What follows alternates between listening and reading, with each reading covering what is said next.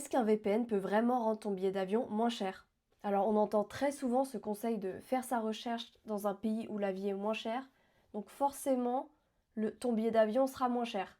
J'ai testé moi-même avec un VPN, d'autres personnes ont testé, ça change de quelques euros, mais ça change pas tant que ça en fait.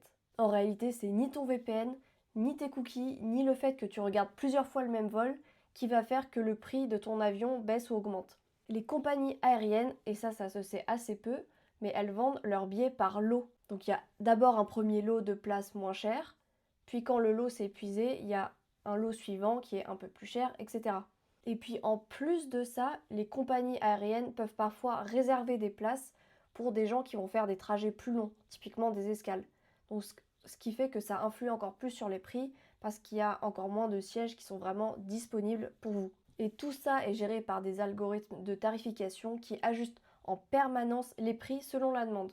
C'est pour ça que les prix peuvent changer brutalement d'un jour sur l'autre sans qu'on comprenne vraiment pourquoi. Moi c'est Elsa, je parle de cybersécurité. Abonne-toi!